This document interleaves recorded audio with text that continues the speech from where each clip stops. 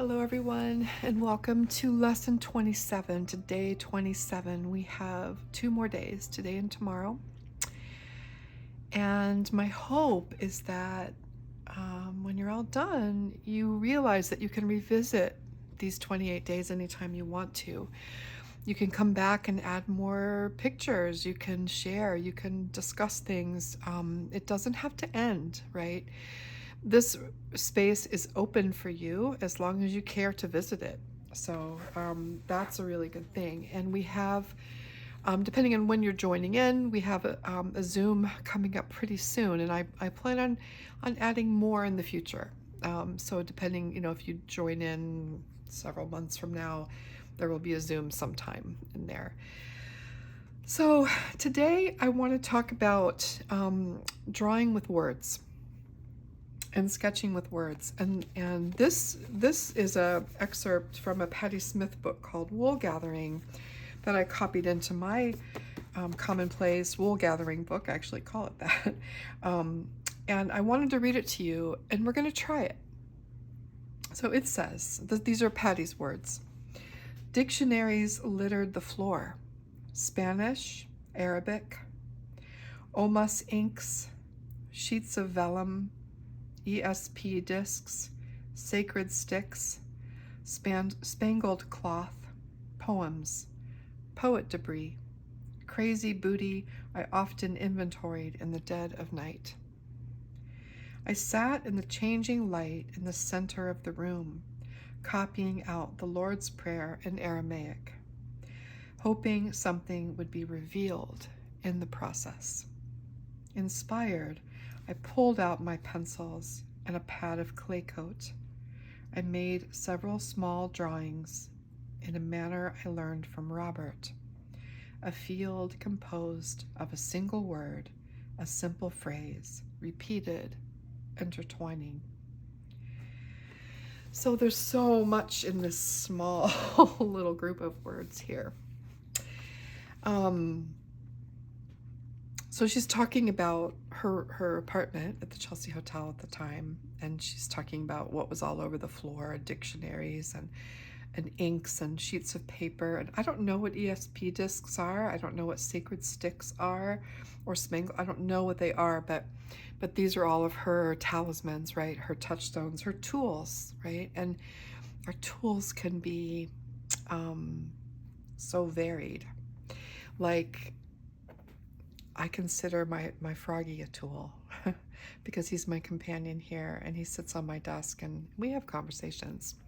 So our tools can be so many different things, and they become these spiritual sort of sacred talismans for us the longer we are in practice with them. And then she talks about sitting in the changing light in the center of the room, copying out the Lord's Prayer in Aramaic, hoping something would be revealed in the process. And sometimes, sorry about that. So I was saying that she's writing. I think of this as the practice of Lectio Divina, which is something I learned when I used to visit monasteries a lot. And the practice is a Benedictine practice, and also other orders, but it's a Benedictine practice of reading something and at the same time slowly writing it down. And so the process helps you enter it into your own spirit, into your own self, which is very much what commonplacing is, or wool gathering as I call it. So she's doing this, right? And the hope is, in her eyes, is that by doing this process, something else will be revealed to her. And that's very much what we're doing is, right? By spending the time in a sketchbook, by spending the time in meditative art or intuitive art or any of those things, those practices reveal things to you in the process, and new ideas come. Not every time, but often enough to keep me doing it for many years now. So this is just one more practice that we can try. And then she talks about, she pulls out her pencils, a pad of clay coat. I made several drawings in a manner I learned from Robert Mapplethorpe, her boyfriend and dear friend for life. A field composed of a single word, a simple phrase repeated and twining. And Patty's work, actually, I have a book of it that I'm going to show you. So this book is long out of print, but I treasure it. And this is a book of her drawings, all right? And so you can see she's used this practice for a very long time.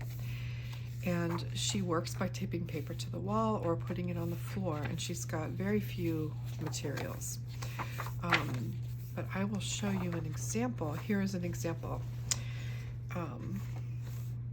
Let me zoom in here. So you can see how she starts with a phrase or a word, and she just repeats it and lets it evolve on the page. And then she might go back and add splashes of color and things like that. Here's another one. Let's see. There are more in here, I think, of that. That's probably the best. Here's one, right? That sort of evolves into a figurehead.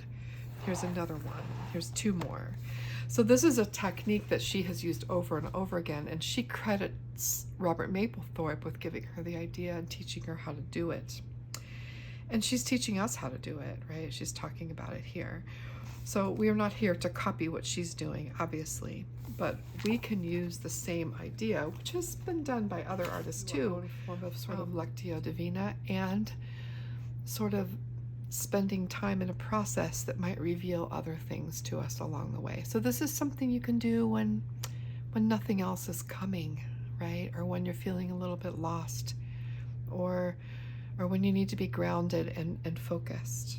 It is just a beautiful practice. So you can make the words up yourself, or you can use words from a prayer or a Bible verse or a poem, or anything at all. Or you could just make them up as they come. And I'm going to use this. This is from the Radiant Sutras, translated by Lauren Roche. And I really, really love these. And there's one that I go back to over and over and over again. It's this one, number 39. I'm going to read it to you, and I'm going to pick one line from this to write over and over again. So it's number 39.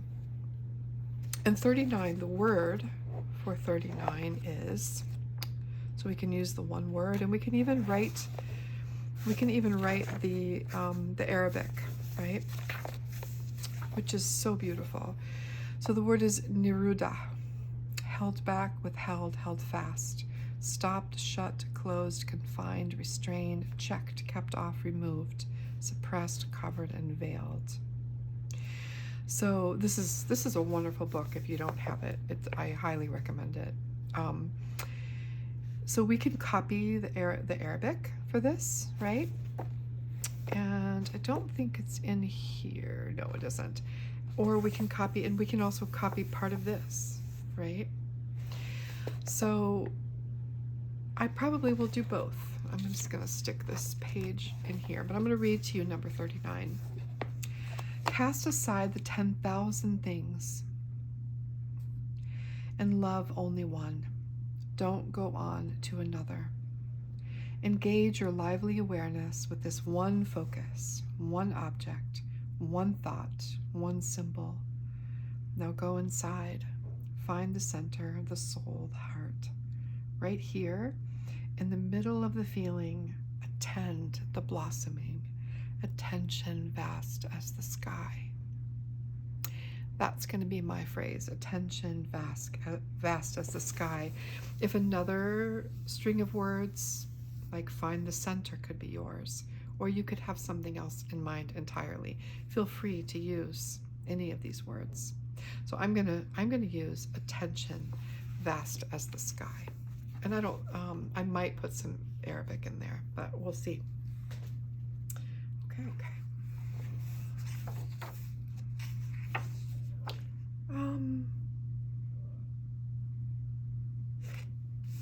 I think I'm going to use this page.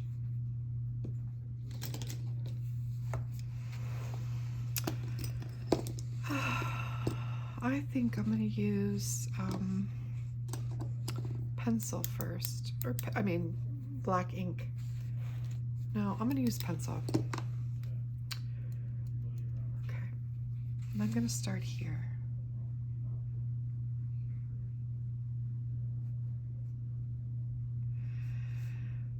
And you can use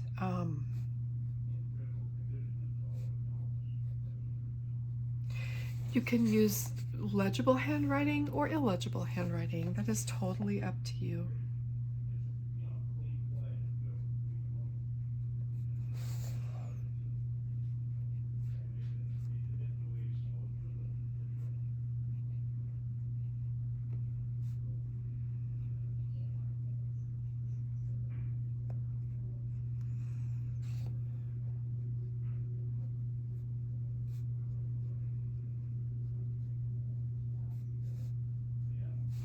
You can string all the words together.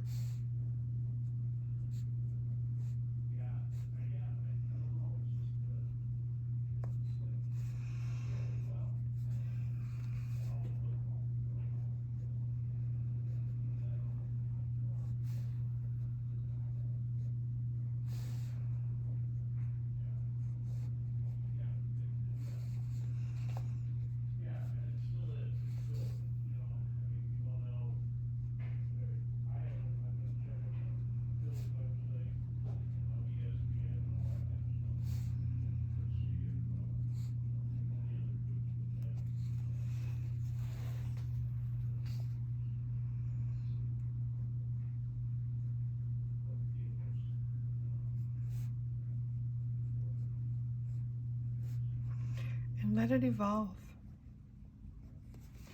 Let it just transform.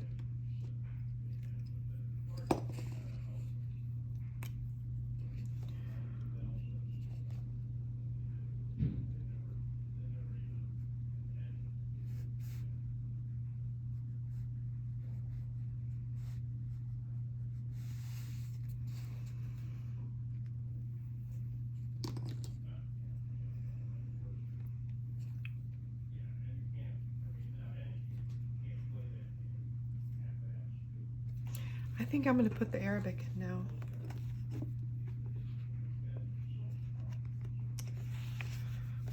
And I apologize for not doing this language any justice. It's so beautiful, and I obviously don't know Arabic, but I just really want to try.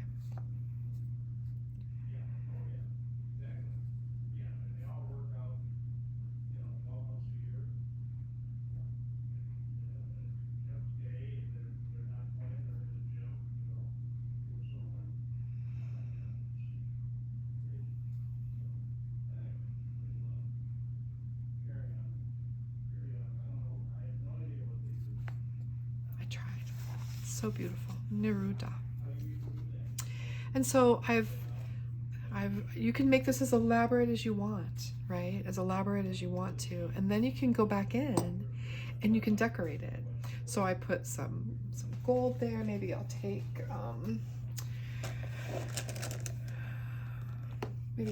some brightly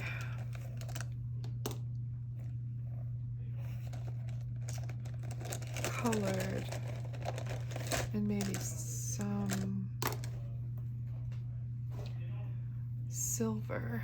I think, do I have silver? I have silver.